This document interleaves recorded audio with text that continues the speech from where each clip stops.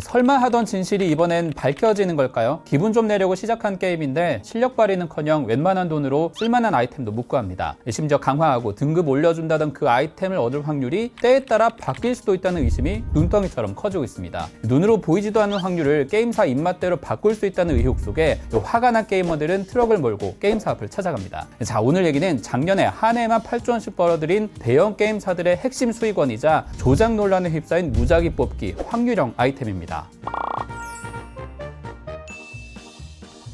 일본식 뽑기 게임 가차에서 유래한 확률형 아이템이 한국 게임에 등장한 건 2003년, 바로 최근 확률 논란에 휩싸인 메이플 스토리입니다. 아기자기한 캐릭터를 내세워 무려 17년이 넘는 기간 전 세계 1억 8천만 명의 이용자를 확보하고 인저시에 버금갈 만큼 팬층이 두꺼운 넥슨의 대표 게임. 작년에만 매출이 80% 이상 오를 만큼 인기가 높은 게임이지만 게임할 때 아이템 주어주는 펫, 무기 강화 이런 확률이 너무 낮은 것 아니냐 의심도 많이 받아왔죠. 이러던 차에 지난 2월 이 게임의 무기 성능을 높이는 환생의 불꽃 아이템의 확률을 동일하게 변경한다는 업데이트 공지를 올렸는데, 아니 그럼 지금까지 확률을 조작했느냐 비난이 쏟아지고 있는 겁니다. 게임사가 거듭 사과하고 있지만 오락가락하는 대처에 유저들의 화는 가라앉지 않고 있습니다. 대체 확률형 아이템이 뭐기에 이렇게 논란일까요? 확률형 아이템은 흔히 뽑기로 비유하지만 게임 속 모든 행동에 영향을 줄 만큼 큰 수익 장치입니다. 그나마 유료 아이템은 자율 규제를 하고 있지만 가령 게임 속 화폐, 게임머니를 내 돈을 들여 구매하고 다시 게임머니로 캐릭터를 뽑거나 무기, 옷, 외모를 바꿀 아이템을 간접 구매하는 경우는 예외입니다. 대형 게임사들이 일부 확률표를 공개해왔지만 처음 돈 주고 사는 경우에만 해당하고 구매 단계가 복잡해진 경우에는 무작위 혹은 아예 표기하지 않는 게 대부분입니다. 게임사들은 한술 더 떠서 일본 빠칭코에서 유래한 효과들까지 적용해서 도박처럼 이용자들이 계속 뽑도록 유도합니다. 이 문제가 이렇게 암덩어리처럼 자라게 된 건 15년 넘는 기간 동안 게임 속 확률형 아이템이 어떤 범위의 것을 말하는지, 도박, 사행성 요소는 무엇인지 법에서 명확히 다루지 못해왔기 때문이에요.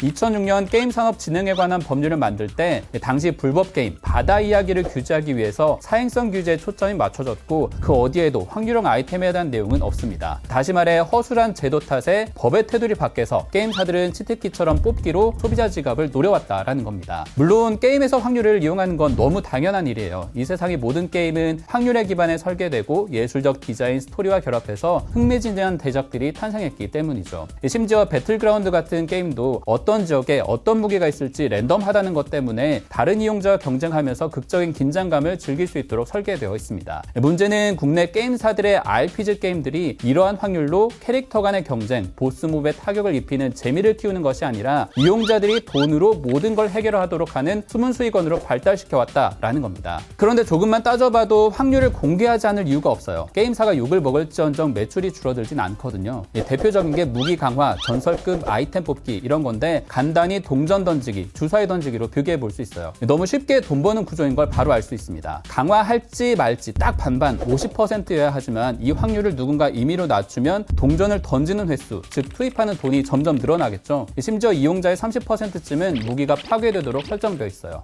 과소비의 원인인 아이템 뽑기도 마찬가지입니다. 주사위 던지듯이 1이 나올 확률은 6분의 1 확률로 표기할 수 있지만 시도 횟수는 무한정 늘어날 수도 있겠죠. 소수점 단위로 희박한 확률이라면 더합니다. 이 때문에 누군가는 몇십만 원, 누군가는 몇백만 원, 몇천만 원씩 잃는 경우도 벌어지니까 예측 가능하게 확률이라도 공개해달라는 게 현재 이용자들의 요청입니다. 그리고 게임사들은 이렇게 뽑기에 성공해도 그냥 놔두지 않아요. 연말 명절 이벤트 시기마다 능력치가 더 나은 캐릭터, 무기를 또 선보여서 돈을 쓰게끔 하는 상황을 반복합니다. 자, 이젠 이 상황을 정리할 때가 된 거예요. 국회에서 논의 중인 게임법 전부 개정안은 확률형 아이템의 정의를 포함해서 유상, 무상으로 구매한 상품들을 모두 포함하도록 범위를 최대한 넓게 설정하도록 했습니다. 또 과소비가 일어나거나 도박과 사행성으로 이어질 여지도 줄이도록 제재 대상이 될 게임을 넓게 포괄하는 내용이 담겨 있습니다. 이번 법 개정은 규제만 하는 것이 아니라 장기적인 산업 기반에 대한 내용도 들어갑니다. 단순 오락기기쯤으로 취급하던 게임을 콘텐츠 산업으로 재정의하고 게임사들이 늘 불만이었던 등급 분류를 간소화하는 등 양산형 게임에 갇힌 한국 게임을 발전시킬 내용들이 포함되어 있습니다. 이 와중에 게임사들의 반대 의견이 설득력을 잃고 있는 건 스스로 오락가락, 일관성이 떨어지는 해명을 하고 있기 때문입니다. 한국게임산업협회는 지난달 게임법 개정안에 반대하는 의견서에서 확률 조작을 의심케 하는 표현을 넣었다가 업계 파장이 커지니까 자료 배포 7시간 만에 이 말을 싹 빼고 말을 번복했습니다. 다른 해외 게임사들에게 화살을 돌렸지만 카지노처럼 쓴 돈에 따라 확률이 바뀌는 거였냐, 조작이었냐 비난은 끊이지 않고 있습니다. 이번 일은 비단 메이플 스토리만의 일이 아닙니다. 마비노기, 피파 온라인, 리니지 시리즈 등 셀 수 없을 만큼 많은 게임들이 같은 방식으로 수익을 창출합니다. 구글 플레이 매출 상위 게임 앱을 조사해보면 사행성의 정도 차이만 있을 뿐 모든 모바일 게임이 부분 유료화 정책의 핵심 확률형 아이템으로 수익을 내는 걸 부정하기 어렵습니다. NC소프트, 넥슨, 넷마블 모두 유례없는 수조원대 실적을 기록한 배경이기도 하죠. 이번 사태의 공은 이제 국회로 넘어갔습니다. 법 개정을 두고 힘겨루기가 이어질 예정이죠. 이번에야말로 한국 게임사들이 게이머들의 팬심을 회복하고 미국, 중국, 대만 게임사들과 겨룰 수 있을 만한 경쟁력이 있는 콘텐츠 회사로 거듭날 수 있을까요?